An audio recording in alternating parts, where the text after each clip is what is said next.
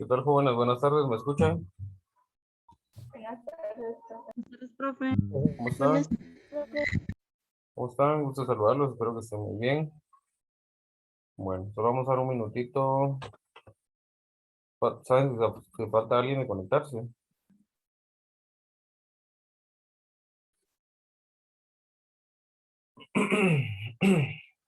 Bueno, está bien. Vamos a iniciar entonces con nuestras clases del día de hoy.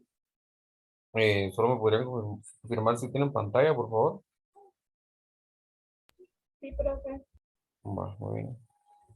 Bueno, entonces ya está grabando ahí la clase, ¿verdad? Entonces vamos a continuar con nuestras clases de esta semana. Y si ustedes se recuerdan, pues ya estuvimos viendo acerca de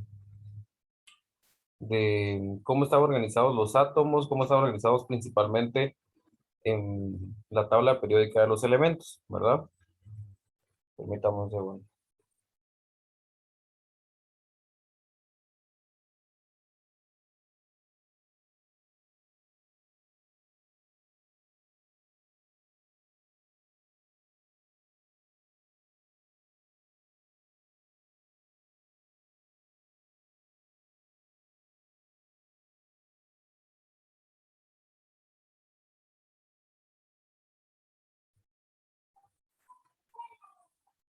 Bueno, ¿me escuchan ahí? Perdón.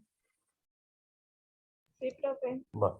Entonces, si se recuerdan, desde hace algunas semanas estuvimos hablando acerca de cuál es la estructura del átomo, cómo está organizado en base a cada una de sus partes, por ejemplo, al núcleo atómico, a la nube de electrones y etcétera. Algunas otras características que nosotros podíamos estar analizando respecto a la estructura del átomo, ¿verdad? Ya estudiamos también un poco acerca de cómo es la materia, sin embargo, el día de hoy vamos a estudiar directamente la materia en sí, ya como una pequeña introducción a lo que es la química. Y recuerden, ¿verdad? Como les he dicho, independientemente si del- de la carrera que cada uno de ustedes vaya a continuar, pues esta es una pequeña introducción a lo que es química, eh, que es de gran importancia para cada uno de ustedes, ¿verdad? Bueno, como ya habíamos dicho, pues la materia estudia todo lo que es química, ¿verdad? Perdón, mejor dicho, la química estudia la materia en particular. ¿Y qué características vamos a tener que encontrar en la materia o cómo definimos que algo es materia? Bueno, recuérdense que materia, como bien nos dice aquí, es todo aquello que tiene masa y que ocupa un lugar en el espacio, ¿verdad? Siempre y cuando cumpla esas dos características generales o propiedades generales, como bien lo vamos a ver un poco más adelante, se le puede catalogar como materia. Sin embargo, a partir de estas características generales se van a estar determinando algunas características específicas, ¿sí? Pero generales, masa y volumen, ¿verdad? Que es lo que nos va a determinar que ocupa un lugar en el espacio. Bueno, continuamos entonces. Veamos. Propiedades generales, como ya decíamos, la primera de todas ellas es la masa, ¿verdad? Muy importante, por favor, no vayamos a confundir la masa con el peso. Como les he dicho en otras ocasiones, la masa es solamente la cantidad de materia que ocupa un cuerpo en particular, precisamente así como nos dice acá, ¿verdad? Cantidad de materia. Mientras que el peso es la cantidad de materia que se ve influenciada por la gravedad. Entonces, eso quiere decir que está incluido el valor de la gravedad dentro del cálculo del peso. Sin embargo, no está incluido dentro del cálculo de la masa. ¿Estamos? Entonces es una característica bien, bien importante que debemos de determinar. Solo dime un segundito, perdón.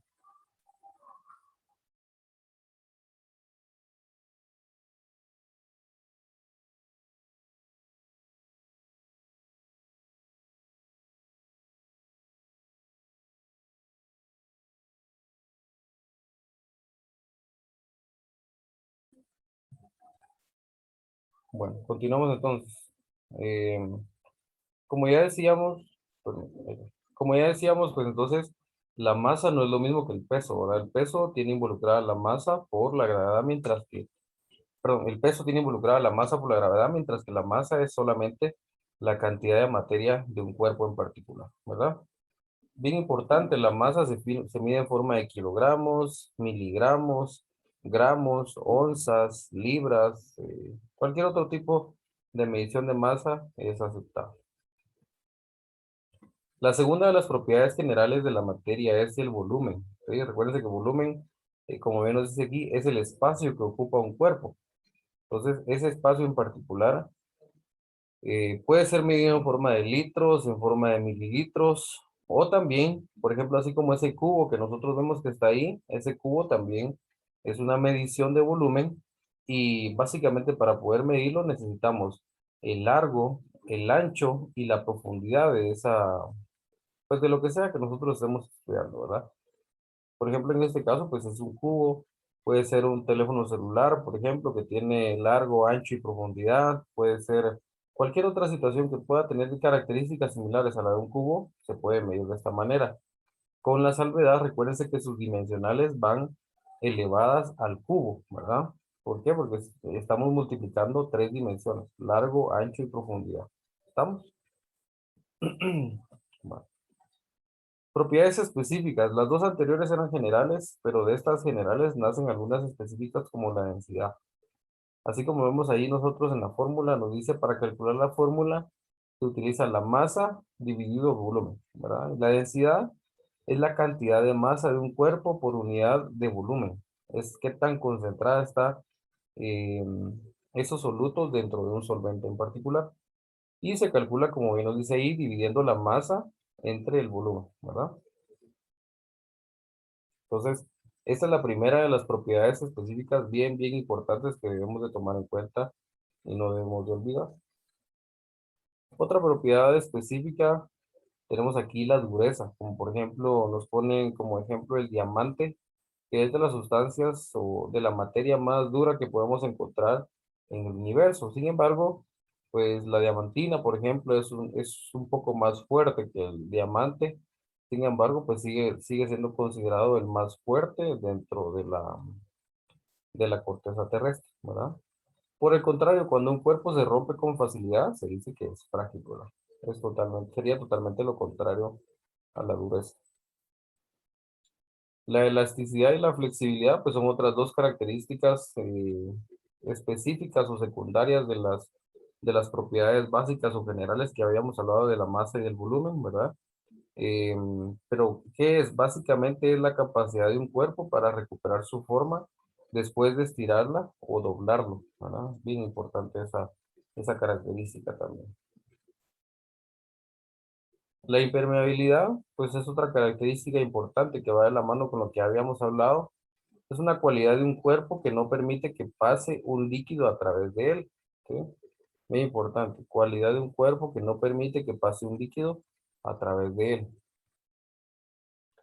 La transparencia nos dice es cuando una materia deja pasar la luz a través de ella, ¿verdad? Esto está bien influenciado especialmente por la densidad, ya lo vamos a ver más adelante cuando veamos las disoluciones o soluciones, que para fines prácticos de nuestro curso viene siendo exactamente lo mismo, una disolución que una solución. Veremos cuál es la diferencia entre solutos y solventes, ¿verdad? Por favor, vamos a ver esa diferencia, así necesito que esté bien clara. Ya la veremos a continuación. Bueno, ya definimos un poquito acerca de la materia y ahora vamos a hablar acerca de los estados de la materia.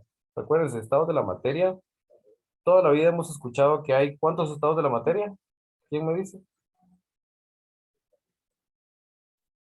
Tres. Tres, ¿verdad? Siempre nos han dicho que son tres estados de la materia, etcétera, ¿verdad? Sin embargo, ya vamos a ver que realmente son cuatro estados de la materia los cuales se conocen actualmente, ¿sí?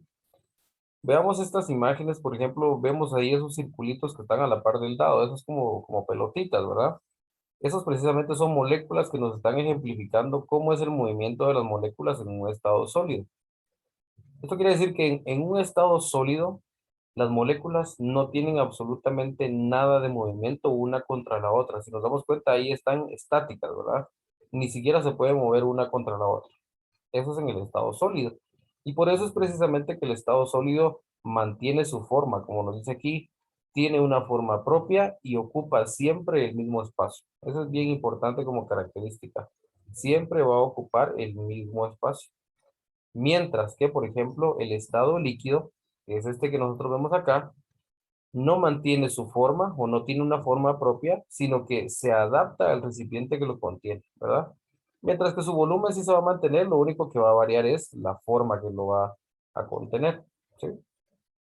Veamos de nuevo la imagen de las moléculas ahí a la par del líquido, vemos que están las moléculas y precisamente en este ejemplo de las moléculas vemos que aquí sí hay más movimiento de las moléculas, ¿verdad? Realmente en este ejemplo vemos que ya hay un poco más de interacción de una molécula con la otra, sin embargo, no están completamente separadas, ¿verdad? No están completamente dispersas, como lo podrían estar los gases, como ya lo vamos a ver un poquito más adelante.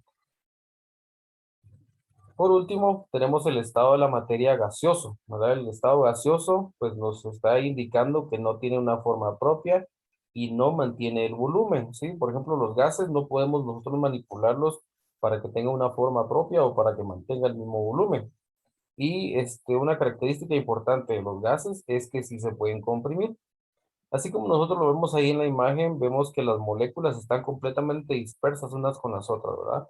Totalmente distinto a lo que habíamos visto en las diapositivas anteriores. En este caso sí hay movimientos de unas con las otras y como ya habíamos dicho, pues no mantiene su forma y no mantiene el volumen también, ¿verdad? Y por último, como ya decíamos, no solamente es el estado sólido, el líquido y el gaseoso, sino que también está el estado del plasma. El plasma es un estado similar al líquido, es similar a este. La única diferencia con el líquido es de que es un poco más denso y lo que más lo va a diferenciar es de que tiene una carga añadida. Por lo general son cargas positivas, sin embargo también pueden llegar a ser cargas negativas. ¿Estamos? Pero esa es la diferencia. Y como les digo, ya no se utiliza la idea o el pensamiento de que son tres estados de la materia, sino que realmente son cuatro estados de la materia. Hasta finales del siglo XX se conocían que eran tres, pero desde principios del siglo XXI ya está determinado que son cuatro estados de la materia: sólido, líquido, gaseoso y el estado del plasma. ¿Sí? El estado del plasma, por ejemplo, que lo podemos encontrar en las estrellas del espacio, incluso dentro de los seres humanos también tenemos plasma. Bueno, los cambios de la materia pueden sufrir cambios debido al calor o debido al frío. Veamos los que se ocurren debido al calor. Por ejemplo, lo que nosotros comúnmente le denominamos descongelar, a eso se le denomina fusión. Y es un cambio en el cual la materia pasa de un estado sólido a un líquido. También tenemos la evaporación, que es lo que nosotros hemos visto comúnmente en la vida diaria, en el cual los líquidos pasan a ser gases completamente, ¿verdad? Todos estos son cambios debido a los cambios de temperatura, especialmente al calor. También tenemos los cambios de la materia por el frío, ¿verdad? Un frío que nos puede producir congelación, ¿verdad? Como lo que se le llama aquí solidificación, que es pasar de un estado líquido a un sólido, o también la condensación, que es el pasar de un gas a un líquido. Por ejemplo, por las mañanas, cuando ustedes ven las ventanas que están goteando, ¿verdad? Precisamente es por el frío de afuera, el gas, el aire en forma de gas se empieza a condensar en forma de pequeñas gotas de agua. Esa es precisamente la condensación, el paso de un estado gaseoso a un estado líquido. Bueno, también tenemos cambios físicos de la materia que estos pueden clasificarse como reversibles o irreversibles. Por ejemplo, un cambio físico reversible e irreversible, vamos a utilizar el mismo ejemplo para que podamos identificarlo. Imagínense una hoja de papel, ¿verdad? Una hoja de papel que si nosotros le prendemos fuego a esa hoja de papel, pues lógicamente se va a consumir y de todo eso que nos queda de consumir la hoja, pues ya no podemos volver a rehacer una hoja como tal, ¿verdad? Entonces, ese es un cambio irreversible, son cambios físicos irreversibles. Mientras que, por otro lado, si esa misma hoja de papel la mojamos, la ponemos al congelador, etcétera, pero luego la ponemos al sol, vuelve a ser esa misma hoja de papel. Entonces, por lo tanto, es un cambio reversible, ¿verdad? Entonces, por eso nos dice aquí, por ejemplo, causados por el calor, ¿verdad? Tenemos también sustancias puras, ¿verdad? Sustancias puras y también mezclas. ¿Sí? Vamos a ver algunas mezclas que son homogéneas o heterogéneas, como se les llama, pero una sustancia pura nos dice es aquella sustancia que no pueden separarse en otras sustancias por métodos físicos. Y por métodos físicos hablamos como el calor, el, ¿qué más?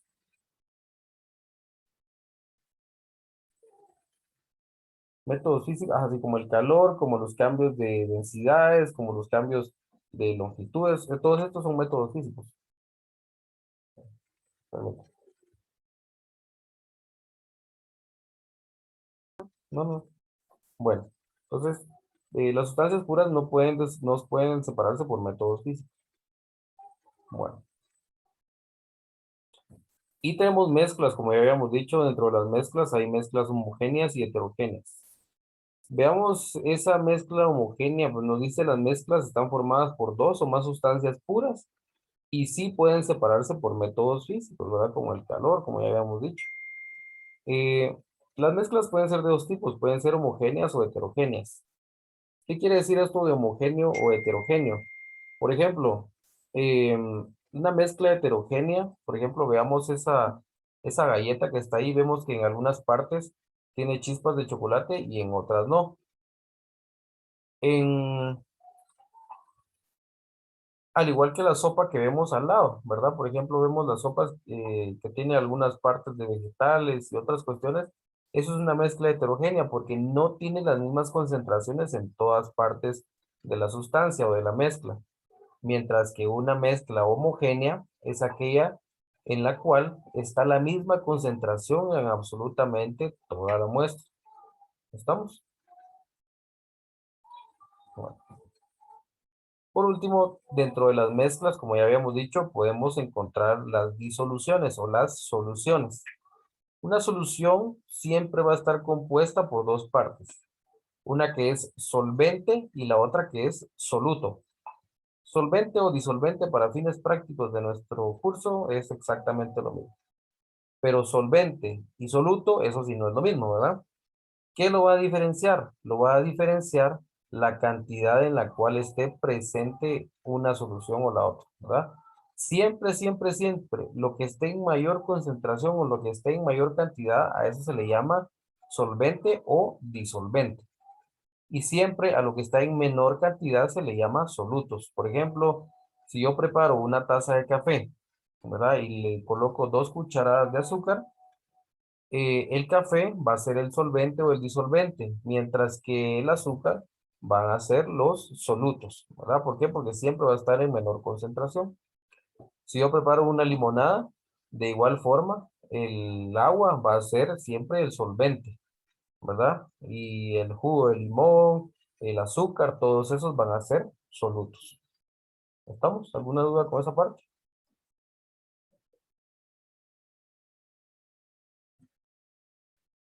¿Jóvenes, alguna duda con esa parte?